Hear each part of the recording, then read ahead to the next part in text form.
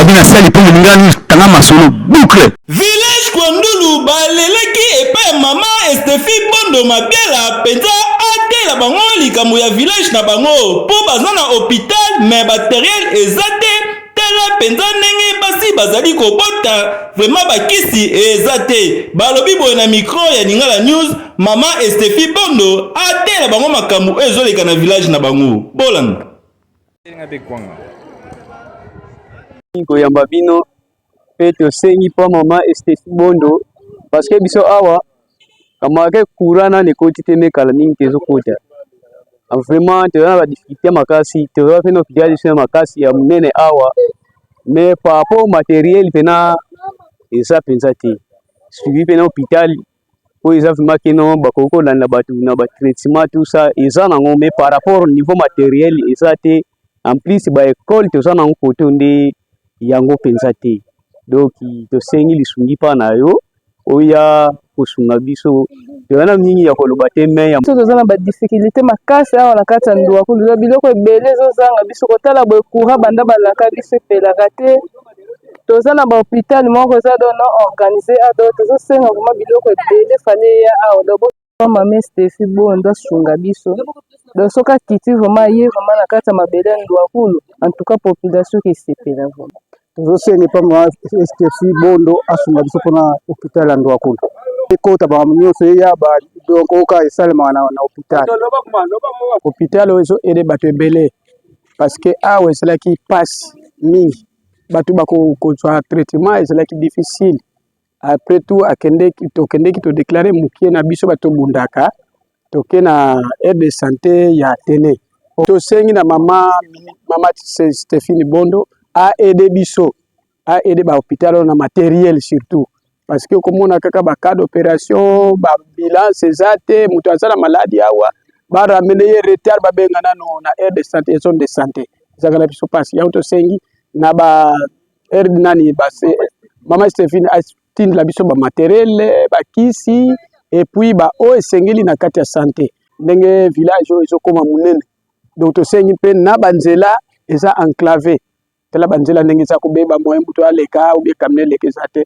akobongisa biso pe na banzela pona ni ravitaillement ya ba malade ezala très bien alors to sengi na mama Estefi Bondo atala biso selili oyo ndenge zali atambula vraiment na communauté mais atambula na makolo atala biso selili pona ni tokoka ko tombola selili na santé na makambo nyonso donc etali assainissement to sepeli mi akende pe liboso ndenge wana tozosenga po makambo nyonso awa ezala en bon état tokapuye ye na makambo nyonso en tout cas tokapuye na makambo mama Estefi Bondo a aide biso pardon mpona avenir na biso oyo ndwa kulu tozaka na hôpital moko mais eza na ba matériel te yango tozosenga village na biso oyo eza penza na ba matériel te na hôpital yango tozosenga na gouvernement a aide biso na hôpital na biso tozala na ba matériel ya kosalela Estefi Bondo songa biso tozala na hôpital moko mpona quartier toyaka na hôpital moko tolingi bakasa ba hôpital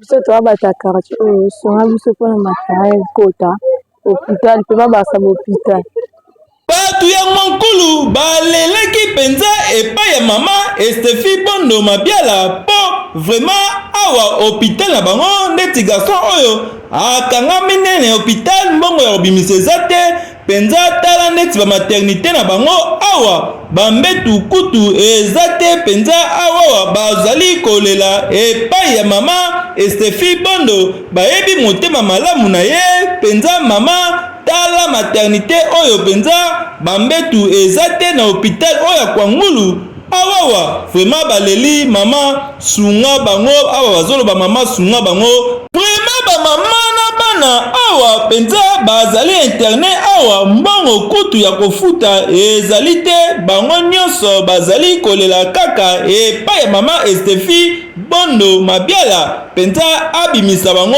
tala ba condition ya hôpital oyo balobi mama penza hôpital oyo eza na condition ya bien te mama yokela biso mawa obongisela biso hôpital kaka tozali nango moko na village Kwangulu awa penza soki yo te mama biso awa tokozazila boyoka ndenge penza elekaki balobi boye na micro ya Lingala News. Mama Stéphie nasengi oyela biso bilo bambeto eza te awa tozolala bisika ya pasi.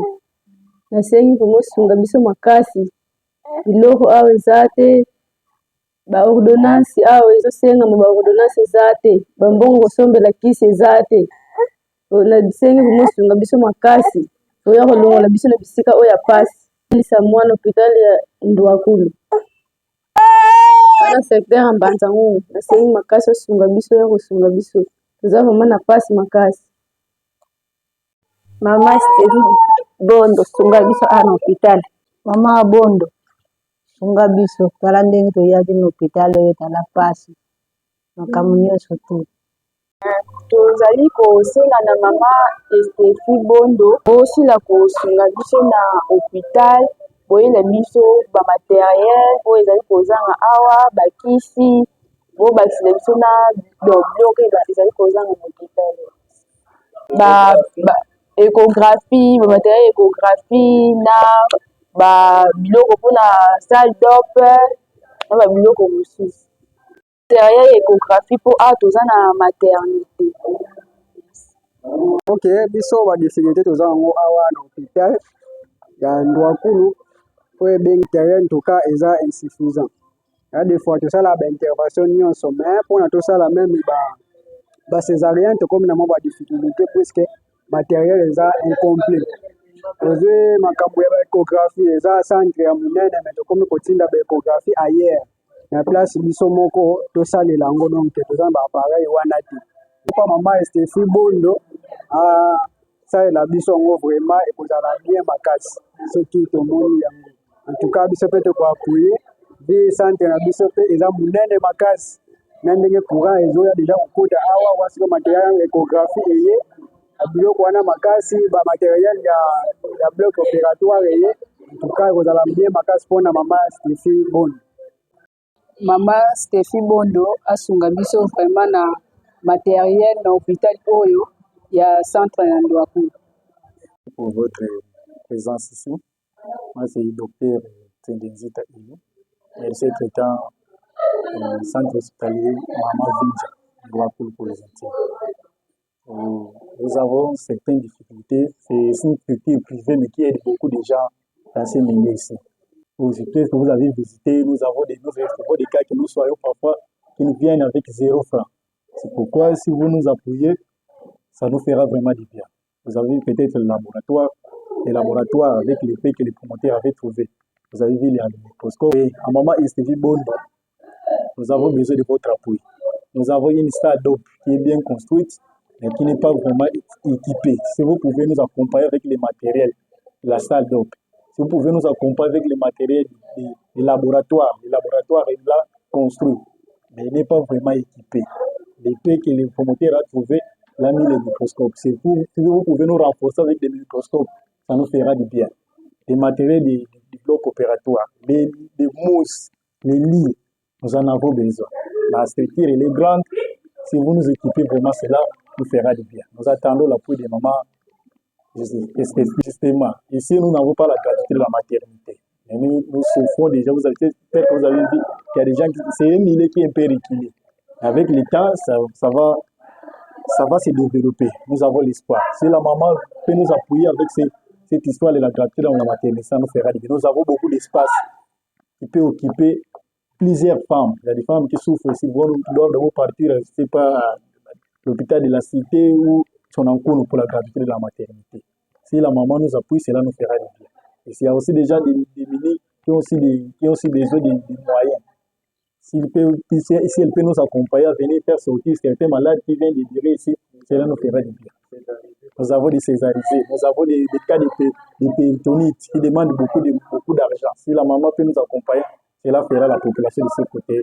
Esukaki wana te penza tozali awa na centre Ndouakulu penza oyo penza bana oyo bakangami na bango awa mbongo ya kofuta ezali te penza bazali kolela epai ya mama Stéphie Bondo Mabiala mama abimisa bango ndeti oyo ya maladi oyo asali bamwa ebele boyo gaya na mikro Lingala News. basala route na si nazanga na bato ya village Kwangdulu awa bazali penza kolela na leta pe bazali kolela epai ya penza mama Estefi Bondo penza Mabiala mpona kosunga bango awa na hôpital pe vraiment awa na baekole mpona banzela pe ezali te. Bazali kaka na hôpital moko oyo esungaka bango, hôpital Ndwakulu pe ekole moko Ndwakulu oyo batangisaka bana na bango. Vraiment complexe scolaire Ndwakulu penza oyo epesaka mayele na village oyo penza batangisaka kitoko awawa. Tala kutu baba ezali te, bazali kosenga penza ba classe oyo eza nango na baba te. Bakutu awa ezali nango penza ya kokoka te. Awa penza bana oyo kobima na bango na recré pe kobima na bango na sorti penza bana oyo balakisaka vraiment exemple ya bien yoka kobima na luzutu bana oyo penza bazali na éducation makasi awa na complexe scolaire Ndwakulu. Par rapport à la discipline des enfants, vraiment ça va. L'application, tout ça marche bien. Merci beaucoup. J'espère que vous venez de suivre d'abord l'expression du promoteur parce que c'est une école privée située dans le quartier Loma en Banzangongo, Congo central. Je suis Vimvidimbu Samuel, je suis licencié en orientation scolaire et professionnelle. Nous travaillons ici au complexe scolaire Ndwakulu dans le cadre de mieux former des enfants congolais. Parce que nous avons étudié, c'est pour communiquer cette connaissance que nous avons apprise à l'université et de les partager avec une autre génération. Partant de la discipline au complexe scolaire Ndwakulu, il n'y a pas de souci. Il y a vraiment une discipline très étroite et une discipline très efficace. Nous travaillons du jour le lendemain pour mieux préparer ces enfants. Alors, moi, étant que directeur des études du côté secondaire, je peux dire que la majorité des enseignants que j'ai, ce sont des qualifiés. Il y a des enseignants qui sont des universitaires parmi avec moi, à qui nous travaillons ensemble. Et les enseignements évoluent dans les bons. Nous travaillons ensemble avec eux. Il suffit seulement que le gouvernement congolais, à travers notre journaliste qui est venu nous rencontrer ici au complexe scolaire Ndwakulu, c'était d'abord, premièrement, s'il faut remercier. C'est une sorte de la bénédiction pour nous, parce que ce n'est pas pour la première fois, mais c'est une grande surprise en outre. Vraiment que les autorités congolaises puissent quand même nous aider, quand même sur le financement et les appuis pour bien encadrer ces enfants. Les journalistes, moi je suis le promoteur de cette école. Et, je réponds au nom de Ndwakulu Nkato Roger. Je suis technicien en développement rural. C'est pourquoi je suis vraiment dans les bains de mon domaine. Le développement, c'est notre champ de bataille. C'est un complexe que j'ai commencé avec toutes les difficultés possibles en 2015. Et nous évoluons à pas de tortue par rapport à nos moyens. C'est comme j'ai dit, j'ai fait le développement. Je suis plus penché dans l'agriculture. Et ce sont les produits de l'agriculture qui font faire ces œuvres. Les difficultés d'ailleurs, vous les palpez ou vous les voyez à l'œil nu. Nous construisons avec les moyens de bord, sans appui aucun, ni des particuliers, ni des politiciens, ni du gouvernement. On se débrouille. Nous avons 3 sections. Nous avons la maternelle qui a commencé cette année avec un effectif très faible de peut-être de 15 enfants. Nous avons l'école primaire qui fonctionne avec 10 classes avec plus de 600 élèves. Et nous avons l'école secondaire avec 5 options qui fonctionnent cette année avec des effectifs de plus ou moins 200 élèves. Les difficultés, c'est par rapport aux infrastructures d'accueil. Nous avons déjà 14 salles, malgré non encore bien achevées et non encore bien équipées. Et nous continuons à construire dans l'option et dans l'idée de faire directement la clôture pour assurer la sécurité des enfants. Les difficultés, c'est par rapport au banc et puis achever tous ces bâtiments, toutes ces salles de classe, les équipements par rapport à l'apprentissage des enfants, comme nous avons des sections techniques, nous avons la mécanique générale, nous avons l'électricité, nous avons la construction, nous avons la coupe-couture. Comprenez, toutes ces sections demandent des équipements adéquats pour assurer une bonne formation des enfants. Donc, je sais que vous allez présenter nos difficultés à ceux qui peuvent vous écouter. S'ils sont disponibles à venir nous aider, qu'ils soient les bienvenus. Quant à nous, nous débattons avec les moyens de bord. D'ailleurs, vous voyez même ma tenue, j'étais en route pour les champs. Mais heureusement, malheureusement, je devrais quand même harmoniser avec les maçons qui sont en train de travailler. Qu'est-ce que vous pouvez dire aux députés que vous avez voté? Bon, les difficultés, aux députés, bon, je ne voudrais pas faire la polémique en politique. Je ne voudrais pas faire la polémique en politique. Pourquoi? Parce que ils viennent même pas chez nous à l'école, mais devant la population promettre. Est-ce qu'ils réalisent leurs promesses? C'est ça la grande difficulté. Voyons seulement avec des bons sourires là, je sais qu'elle sera la bienvenue chez nous et ne manquera pas à venir nous appuyer. Et nous aussi de notre tour, nous allons l'appuyer. Et elle va sentir que nous sommes dans le milieu, que nous sommes dans la circonscription. Qu'elle soit la bienvenue chez nous. Elle sera bien appuyée. Mais je ne peux pas arrêter cette adresse à vous, monsieur le journaliste, sans penser à remercier M. Congo Mabila. M. Congo Mabila, malgré qu'il ne soit pas député, mais c'est le seul monsieur en 2018, qui avait tenté de nous aider en nous achetant à cette époque-là 40 madriers pour qu'on puisse mettre la charpente de ce bâtiment ici. Là, vraiment que le tour lui protège, qu'il lui donne plus que ça. Pourquoi? Parce que je ne peux pas rester ingrat. Il avait fait un geste qui nous avait marqué et qui continue à nous marquer jusqu'aujourd'hui. Si l'article 50 de notre Constitution dit que l'État doit appuyer des initiatives privées, ça c'est une initiative privée que l'État doit aussi appuyer. Pourquoi? Parce que tous sont des enfants de la RDC. Donc vraiment, je suis très ravi de nous montrer ne fût-ce que la photo de la maman. Et je sais que la maman sera ensemble avec nous et elle va nous accompagner et nous allons aussi l'accompagner. Moi, je fais les champs, c'est chaque jour que je suis au champ. Tout ce que vous voyez ici, ce sont les produits de l'agriculture. Je fais les champs. D'ailleurs, vous me voyez en tenue. Je fais les champs. Donc, il y a un bagage qui l'État au Kabelanga.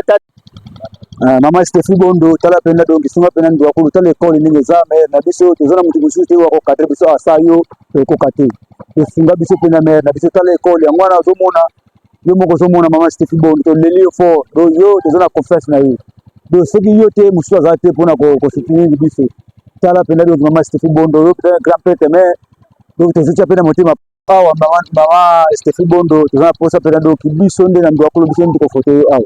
Donc si tu ndo akulu oyo do ba jeune ba belé ko sakana ko toté do yo moko soki ko na maboko na maboko yo moko ko sentir pe na wi batu pe na baza donc mutu ko soki pe na confiance yo wana. Bienvenue sur Lingala News Vérité na Vérité Contact, nous sommes là.